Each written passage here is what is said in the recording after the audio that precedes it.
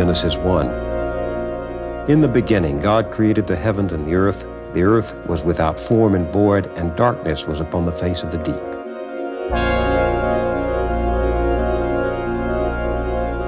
This is the song of the world from a legend of the Pima Indians. In the beginning, there was only darkness everywhere, darkness and water. And the darkness gathered thick in places, crowding together and then separating, crowding and separating. And the Spirit of God was moving over the face of the waters, and God said, "Let there be light." And this is from the Hindu Upanishads. In the beginning, there was only the great self reflected in the form of a person. Reflecting, it found nothing but itself. Then its first word was, "This am I." 슬라보 지젝 교수님을 모시도록 하겠습니다.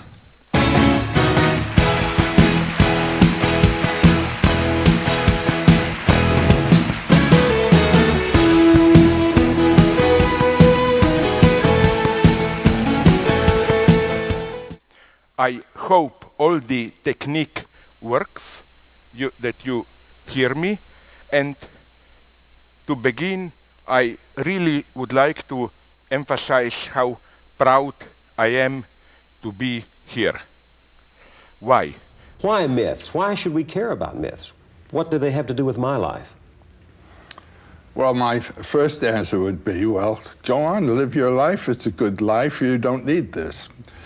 I don't believe in being interested in subjects because they're said to be important and interesting. I believe in being caught by it somehow or other. But you may find that with a proper introduction, this subject will catch you. Today, liberalism has become kind of storyless and boring. Do you share that view? Yes. Yes. I think that narrative and story is important in politics because political argument and political rhetoric at their best enable us to make sense of ourselves, of where we are in a given moment, of how democracy is faring and how we fit. And liberals have not succeeded. Liberals have turned largely in their public discourse to be managerial and technocratic, to eschew moral argument in politics for fear of disagreement or controversy. And the result is a kind of storyless politics that lacks resonance, that lacks the capacity to inspire. And I think that's the great challenge for liberalism today. Americans believe that they do not like a centralized state. They at least believe it, whether they do or they do not like a centralized state. That is our national mythology. The state is at best a necessary evil, at worst it's an absolute sin. So that's the first thing. They believe that. And let me tell you, there can be mythologies that are stronger than realities. The Americans also believe, as a national mythology, whether real or not, that they believe in a decentralized society. That is built in to the American dream, that other dream, that this is the New Jerusalem, not only the place where the streets are paved of gold. There are two American dreams. One is that this is the new world. Admittedly, one stolen from the Indians and built on the backs of slaves and women. But still, it is the new world. The land where you can innovate. The land where you can have freedom. The land where you can have liberty. And they therefore believe not only that the state is at best a necessary evil and at worst an absolute sin, they also believe in a decentralized society. It's not so much that we believe. We need, as it were, another one to believe for us. This is how our rituals function. For example, take Santa Claus.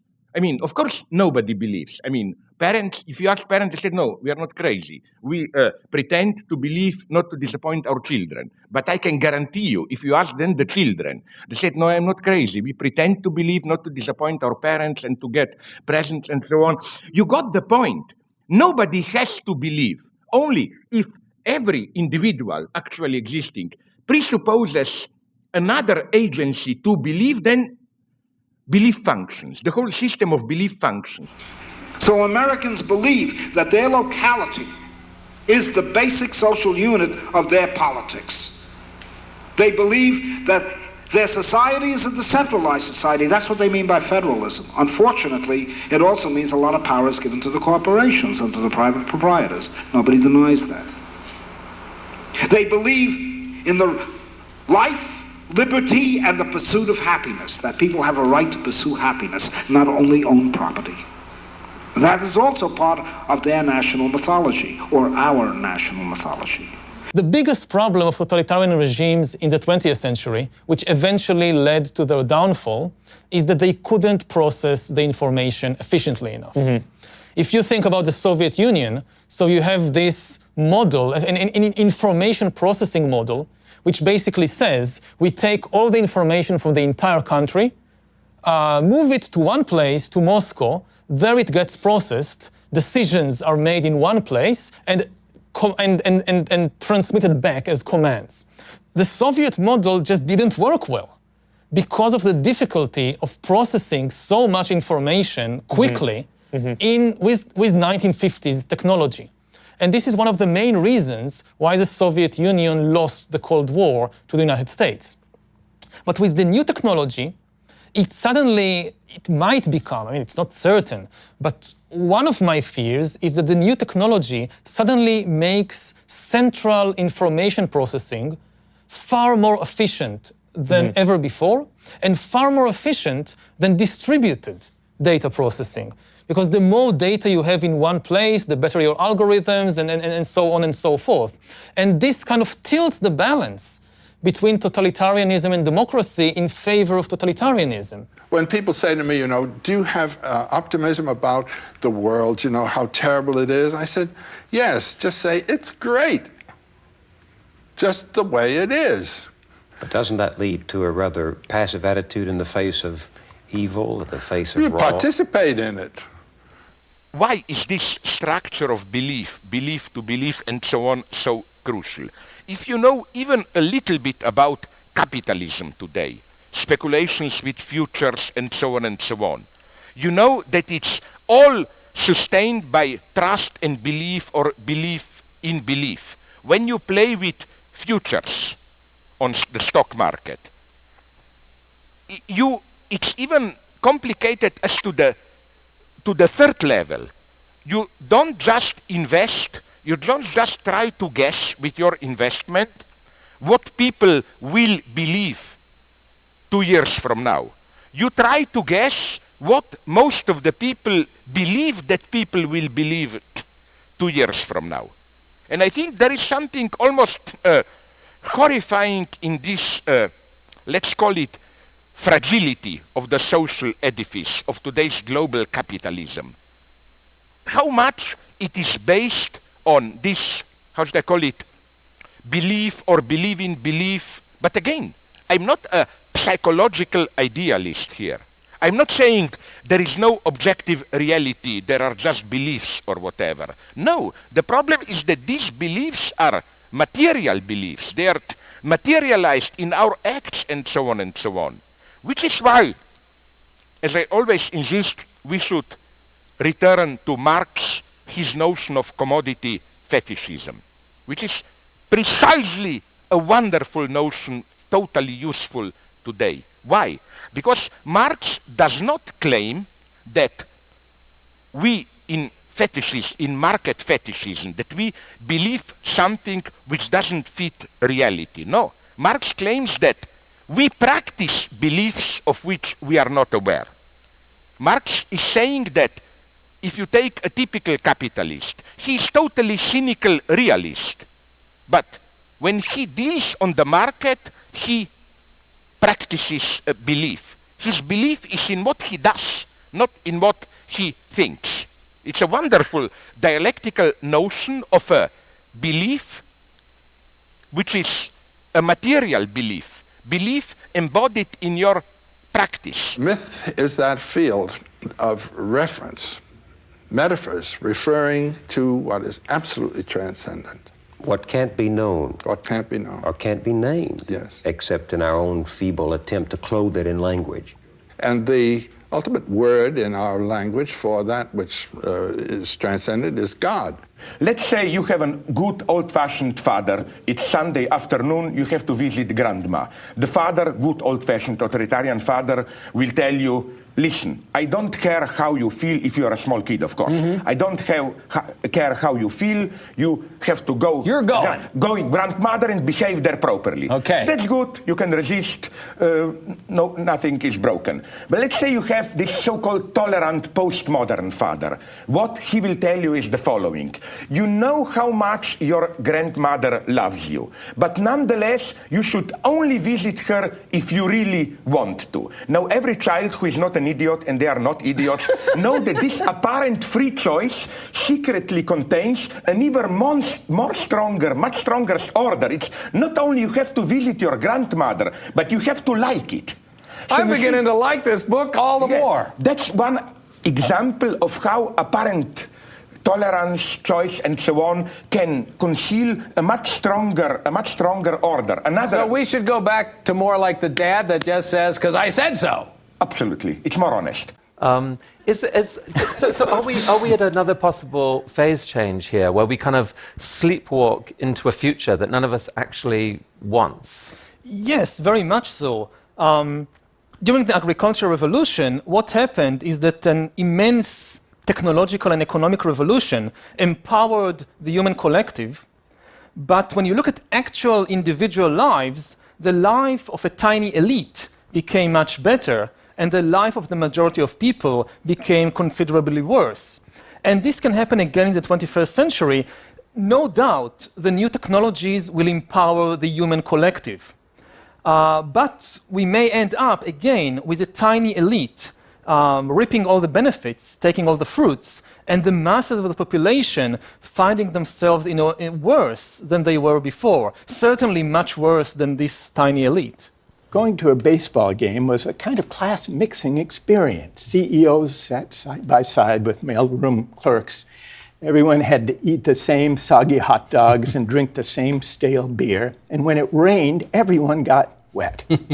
But this changed beginning in the 90s and 2000s when more and more sports stadia created these luxury skyboxes, VIP, corporate skyboxes, which separated those the privileged who could watch from air-conditioned comfort high above the common folk in the stands below. And this is what I call it's the skyboxification of sport. No longer the case that everyone eats the same food, waits in the same long lines for the restroom. It's no longer even true that when it rains, everyone gets wet. Now, it wouldn't matter so much if it only happened in baseball stadia. But this skyboxification has been unfolding throughout our social and civic life, and that's what worries me.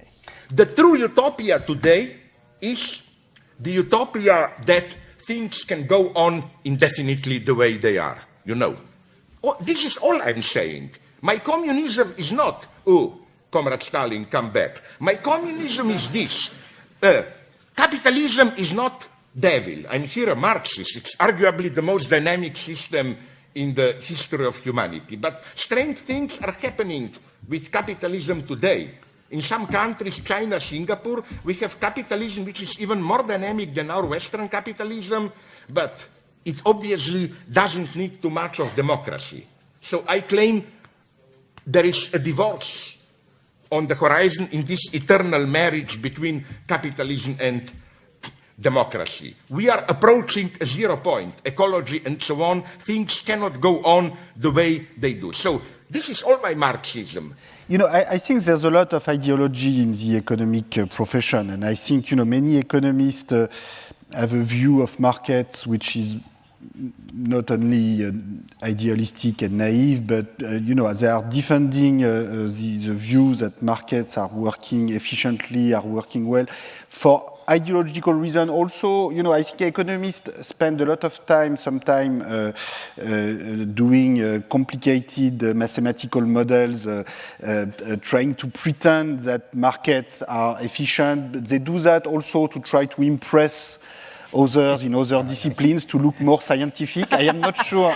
No, this is not a joke. I am not sure this is I'm not sure this is working, but this is certainly part of their strategy. So, I think we should be very modest. I view myself more as a social scientist than as an economist. I think the frontiers between economics, history, sociology are not as clear as what economists try to pretend. Economists try to pretend that sometimes they have developed a science that is so sophisticated that the rest of the world cannot understand, but I think this is a joke. I think the reason I was attracted in this field is because I think we start from very low, from very little, so at least there is room to make progress, but we have to recognize that, all we can do, I don't believe in genius. I think our only advantage as compared to other people is that we are paid to collect data and to try to understand the theoretical mechanism or models that can account for this data. And, we have to be modest and try to make this little progress if we want to be useful. And it's not always clear that economists are so useful. When the goal is unlimited wealth, then if you think about it for a moment, no one can ever be successful in that regard. So our standards are unattainable. And because we teach our citizens that if you weren't an idiot and if you tried hard enough, you too could be rich and famous, when that turns out not to be the case, the average person blames themselves and suffers the psychic consequences accordingly. And so that's, I think, a daunting problem. For the first time in history, more people commit suicide than are killed by crime and terrorism and war put together. Statistically, you are your own worst enemy. At least from all the people in the world, you're most likely to be killed by yourself. Which is, again, very good news compared to the level of violence that we saw in previous eras. But this process of connecting the world ended up with a large group of people kind of feeling left out. In our own history now, we're probably at the first moment where it's not the case that kids are of necessity going to do better than their parents. I think in every generation so far in American history, you can at least be comforted by the fact that wherever your folks got, you were going to get a little better.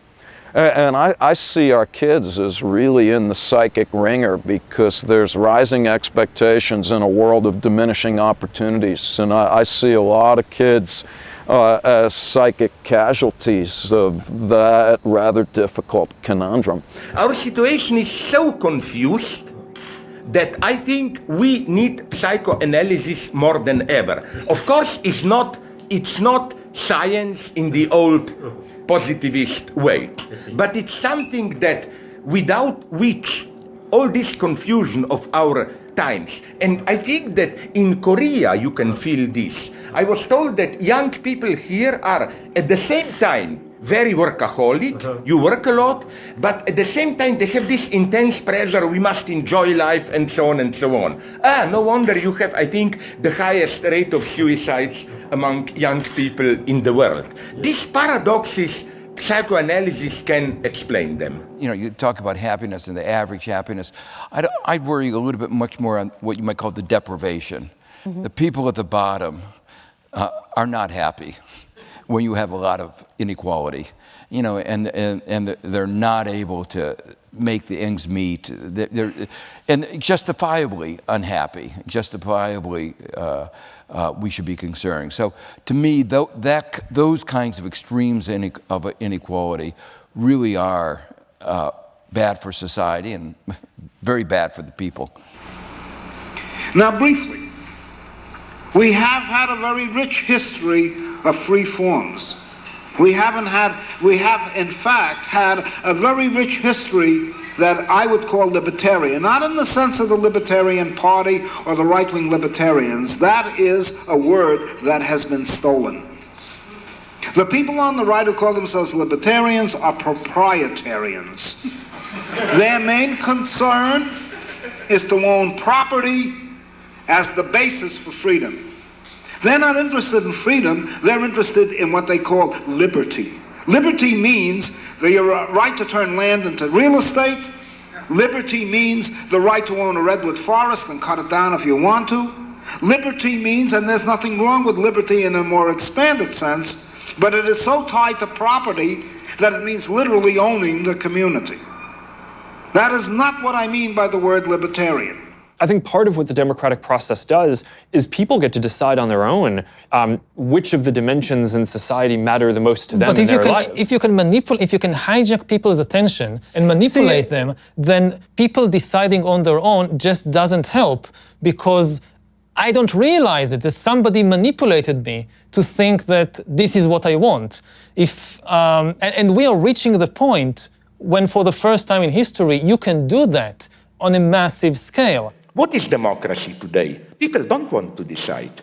People want the appearance to decide, but they want someone to clearly... People want to maintain the appearance that they decide in elections, but they want somebody to clearly tell him how to choose. They want the appearance of a freedom of choice. So again, I speak a lot about the issue of free will in this regard. And the people that are easiest to manipulate are the people who believe in free will and who simply identify with whatever thought or desire pops up in their mind, because they cannot even imagine that this desire is not the result of my free will. This desire is the result of some external manipulation. Now, it may sound paranoid, and for most of history, it was probably paranoid because nobody had this kind of ability to do it on a massive scale. But here, like in Silicon Valley, the tools to do that on a massive scale have been developed over the last few decades. And they may have been developed with the best intentions. Some of them may have been developed with the intention of just selling stuff to people and selling products to people. But now the same tools that can be used to sell me something I don't really need can now be used to sell me a politician I really don't need, or an ideology that I really don't need. It's the same tool. It's the same hacking the human animal and manipulating what's happening inside. My question is to the panel. If the selfish and blind pursuit of genes to propagate is what drove single cells to evolve into complex life forms, which includes us, can we say that the blind pursuit of profit is what drives civilization forward? And we should not stop it just because we don't like what we see now, given that the future cannot be fully imagined by someone on a lower level of evolution? Slavoj. It's maybe too philosophical question, but just a brief point. You know, we don't have time for theory now, I know, but you know, people usually claim capitalism is egotist, just profit-seeking. No, I claim that what all good Marxists and theologists know, capitalism is implicitly, in a perverted way, religiously ethical. It's capital must circulate even if we all drop dead and so on. Like you have a metaphysical entity which has priority over our most immediate utilitarian concerns. So for me, what we need against capitalist greed is not some Christian morality, but good old-fashioned utilitarian egotism. Do you think that it will just get better, or there needs to be some kind of disruptive event to change the way we govern? Oh, I think it's going to get worse unless there's a disruptive event. I mean, when you have things like the Citizens United and those court decisions are giving more power to money, and so unless there is what you call a disruptive event, I don't see any force pulling us back. And I say the one hopeful note are some issues, but a lot of them, some issues can be addressed at the local level, minimum wage. But you can't address the issue, for instance, of one of the mysteries. Why should people at the top pay lower tax rates than people who are not at the top? It's not a question of saying we're going to have a progressive tax that's going to take more from you. This is just saying you ought to pay at least the same rate. And so I think it's a really peculiar provision of our tax system. Peculiar being euphemistic. The other thing is that 68 was the last big attempt of questioning the fundamentals of our way of life. Like, is capitalist system the ultimate horizon? 68 was the last moment when people, not just 10 surviving Marxist dinosaurs, were asking this question. This is the good side. The problem I claim is that that in its base, the 68, with its emphasis on individual experience, authenticity, against bureaucratic alienation, against authority, and so on, was perfectly incorporated into this, whatever we call it, postmodern, non-hierarchic capitalism, and so on. Like, isn't it that when you see people like Steve Jobs, Bill Gates, or how is it called, that owner of Google, Yahoo, they're basically 68 guys they're ex-hippies who came to power, how should I put it? No? Here we can nonetheless see how, in what a triumphant way, this is, I claim, maybe the single greatest ideological triumph. Something that was meant as the last big anti-capitalist revolt, capitalism in a kind of a vampiric, parasitic way, used it to renovate itself. So the problem is, what can we do today? People worry not just about wages and jobs, but also that the new financialized, globalized economy doesn't really respect the kind of work that ordinary men and women do, that working people do. And Democrats in the US, liberals generally, have not been very effective at speaking to the corrosive civic consequences of inequality in a way that would resonate. The raw deprivation that's so common in the United States is the main thing. But there's also something that the rat race nature of what we've created, which is intimately tied in with inequality. That you talk to young people, and they all of the ones I know seem to have this sense that they've almost like they've just joined the Marines, and it's like the look to the man to your left, look to the man to your right. Only one of you three is going to make it through. Yeah. That's the way life is for a 20-something American now, and that is closely tied to the sense that we have extreme inequality, and if you don't make it into those upper tiers, you have you won't have health care.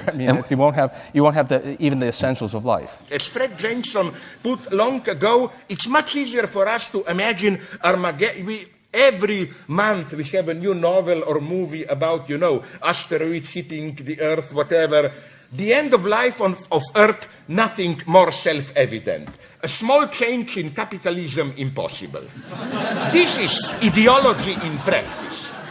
So just I'm saying, the moment is dangerous, and the very reasons on account of which I'm a pessimist, I'm also a little bit an optimist. Today, we are in a situation where I think, our social policies, our welfare state, our social contract, is something that is fragile, that is put under stress, in particular because there's a risk of secession of the rich, to summarize. The richest economic groups can, put their wealth or can themselves move somewhere else in order to avoid taxation. And, I think this is putting our social contract under a strong negative pressure, because if, the middle class and the poorest economic group, have the feeling that they pay more than the richest group who can evade taxation, I think this is putting the fiscal consent and the legitimacy of our welfare state and our European social policies under strong pressure. So this happened partly because of financial deregulation between during the 1980s, with free capital flows, with no public regulation. This can be changed, but we have to think seriously about it, because otherwise, I think this is putting our relatively more equal societies under serious threat. People joining kind of extreme communities is largely a result of not having healthier communities and not having healthy economic progress for individuals. I think most people, when they feel good about their lives, they don't seek out extreme communities. So there's a lot of work that I think we, as an internet platform provider, need to do to lock that down even further. But I actually think creating prosperity is probably one of the better ways at a macro level to go at that. But I guess I would maybe just stop there a little. People that feel good about themselves have done some of the most terrible things in human history. Meritocratic hubris. What's yes. That? It's a tendency of those on top to inhale too deeply of their own success, to believe that if I landed on top or if I'm very financially successful, it's my own doing, by golly. It's a reflection of my merit, my virtue. And by implication, those less advantaged than me, maybe they don't work so hard. Maybe they aren't so talented.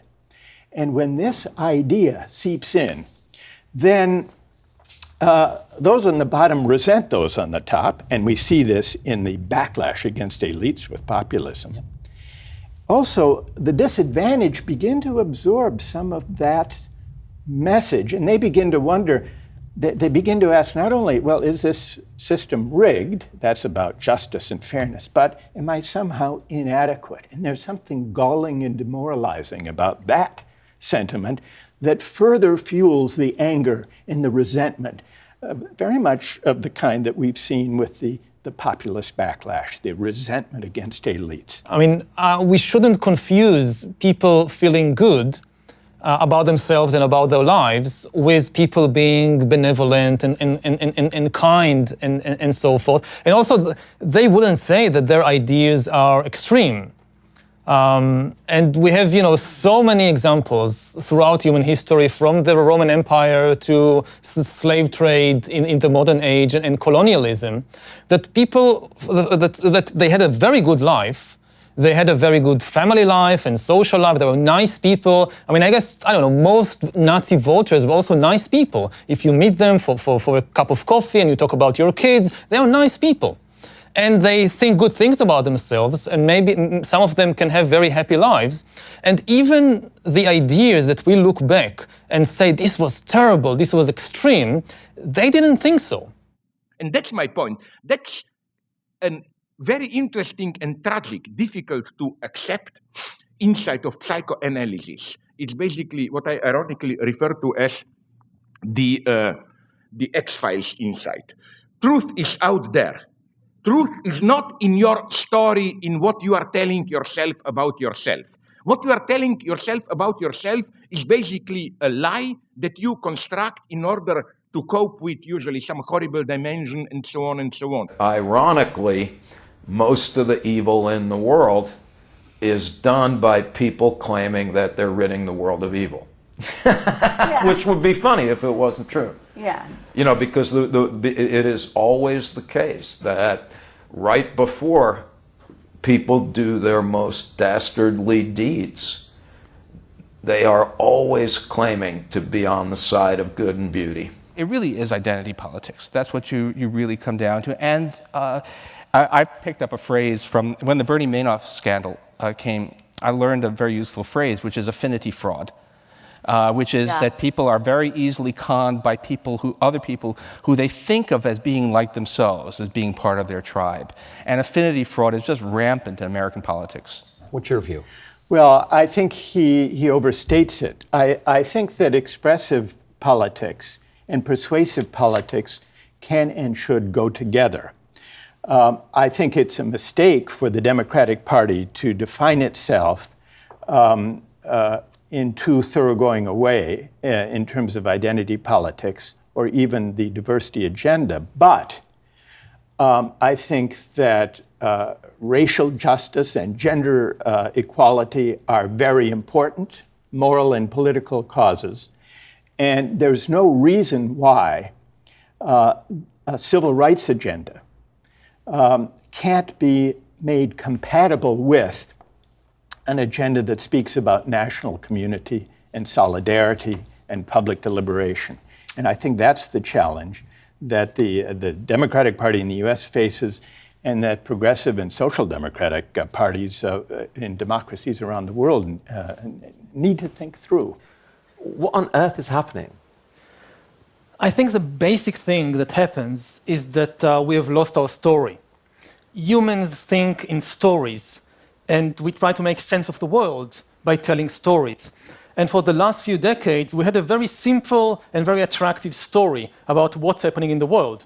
And the story said that, what's happening is that the economy is being globalized, politics is being liberalized, and the combination of the two will create paradise on earth. And we just need to keep on globalizing the economy and liberalizing the political system, and everything will be wonderful. And 2016 is the moment when a very large segment, even of the Western world, stopped believing in this story. For good or bad reason, doesn't matter. People stopped believing in the story.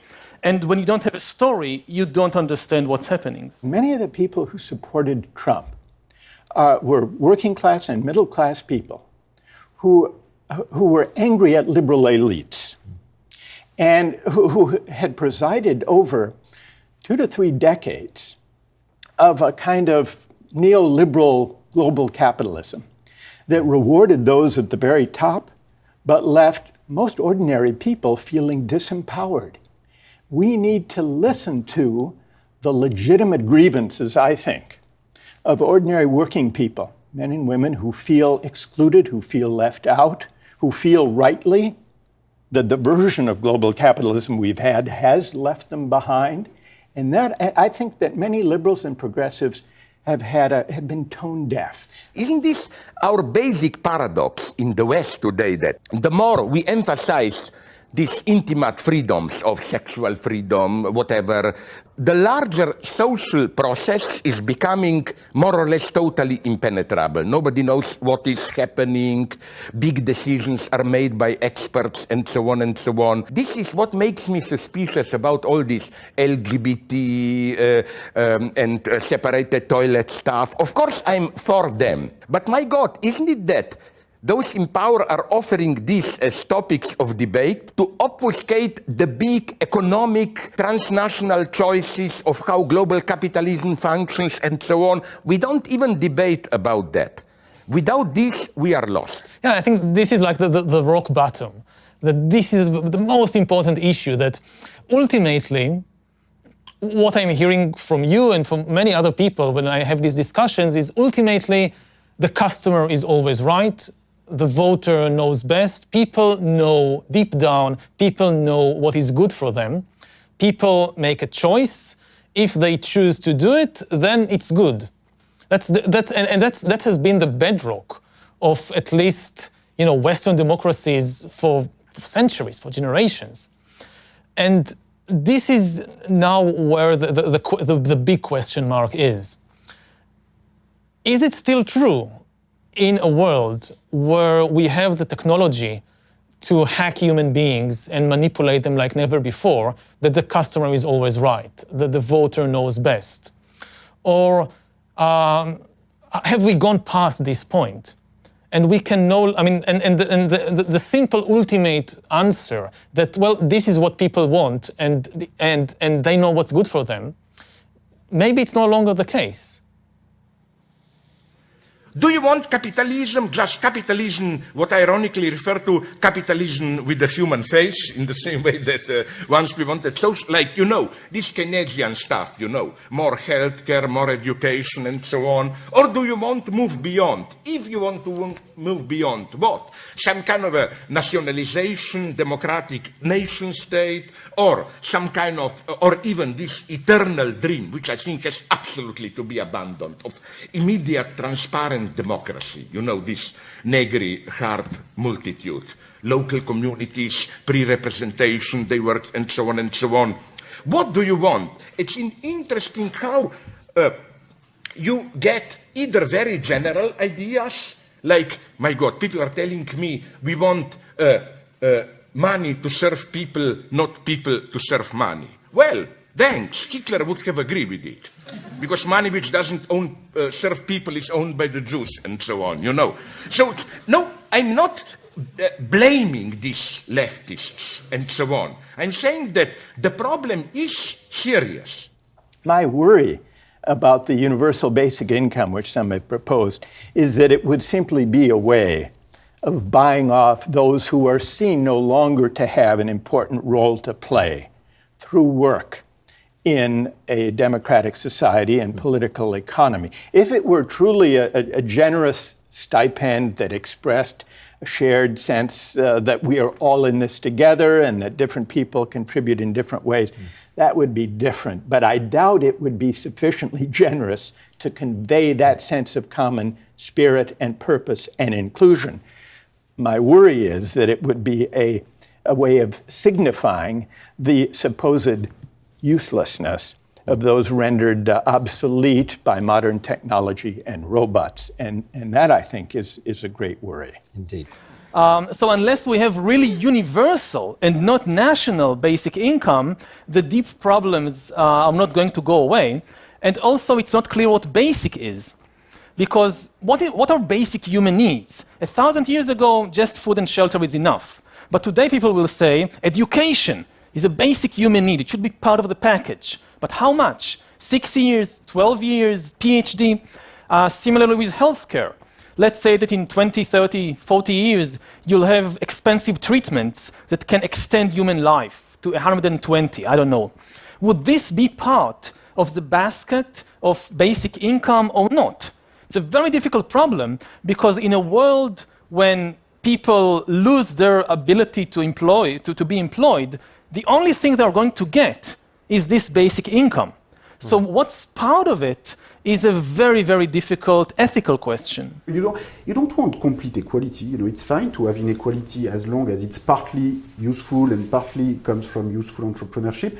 But you want the different groups, again, in the long run to grow in line with each other. And for this, you want a tax system that is such that people at the very top, as a fraction of their income and as a fraction of their wealth, pay at least as much as the middle groups, which is not always the case. Remember Warren Buffett, told us one day that his secretary was paying a higher effective income tax rate than he is paying. So you cannot just wait for private philanthropy to fix the problem. A lot can be said here even about charity. Why is charity such a big thing today?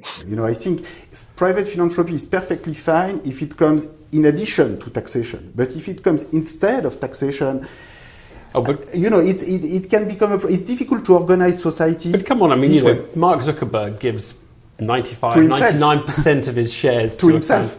How do you mean to himself? Well, he keeps the control of the foundation. If you want to give, if you want to call this philanthropic giving, I think it's important that you don't keep control. I control which charities I give my money to. But I don't have a foundation, but I would like to think I make the decision rather than just giving it to someone. We have to be serious about what's public interest and what's private interest. I think in many countries, in order to call this philanthropic giving to a public interest charities, then you must lose any control right in the organization. Really? If you are, of course, if you are chairman of the board, if your wife is in the board, if your family is in the board, is this really a disinterested gift? Bill Gates, not philanthropy, the Gates Foundation? Well, I think it trying to cure polio, malaria. I think it would be much more convincing if he give away power. If you keep control rights, this is the best situation you can think of as a billionaire. Because, when you're a billionaire, you cannot spend it all just on your food or clothes. So you have to do something. Isn't it the best situation that the entire planet, is going to come and ask you, oh, Mr. Zuckerberg, Mr. Bill Gates, would you like to finance this health program, this education program? So I can see why for them this is the best possible situation. Let me be frank. What were to happen if, upon seeing this on TV advertisement or in a newspaper, an ad saying, this disgusting manipulation, like in Starbucks coffee, like you see a child starved or with twisted lips, and then this message of, are you aware, with the cup of one cappuccino, with the price of one cappuccino or whatever, you can save this kid's life, and so on and so on. What's the message if you put the glasses on? If you ask me something like, don't think, don't politicize, forget about the true causes of their poverty, contribute a little bit money, and you can buy your calm consciousness. I think it's the reason we do it is to make us feel good. We know people are starving there, but F 3 points off. I did my duty. I sent my $5 per month there. I can live. So basically, I claim we don't pay really to help them. We pay to feel well and especially to keep them at a distance there. I don't feel too good. All right, anyway.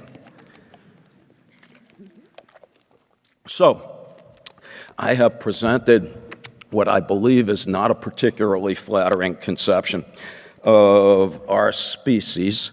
But I would argue that it's not unrealistic. And I advance this argument this evening because I sincerely believe with Thomas Hardy that if a way to the better there be, it lies in taking a full look at the worst.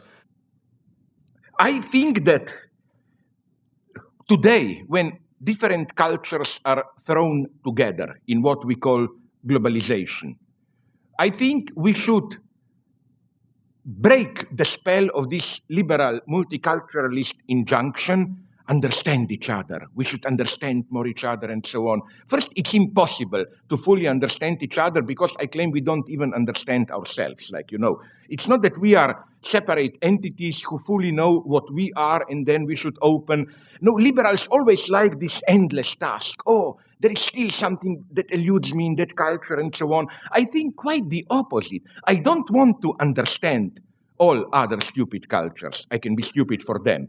I think we need precisely a code of discretion. We need a code which tells us how to politely, sincerely politely ignore each other. I think the underlying feeling or idea is that the political system, something is broken there. It doesn't empower the ordinary person anymore. It doesn't care so much about the ordinary person anymore. And I think this diagnosis of the political disease is correct. With regard to the answers, I'm far less certain. I think what we are seeing is the immediate human reaction. If something doesn't work, let's go back.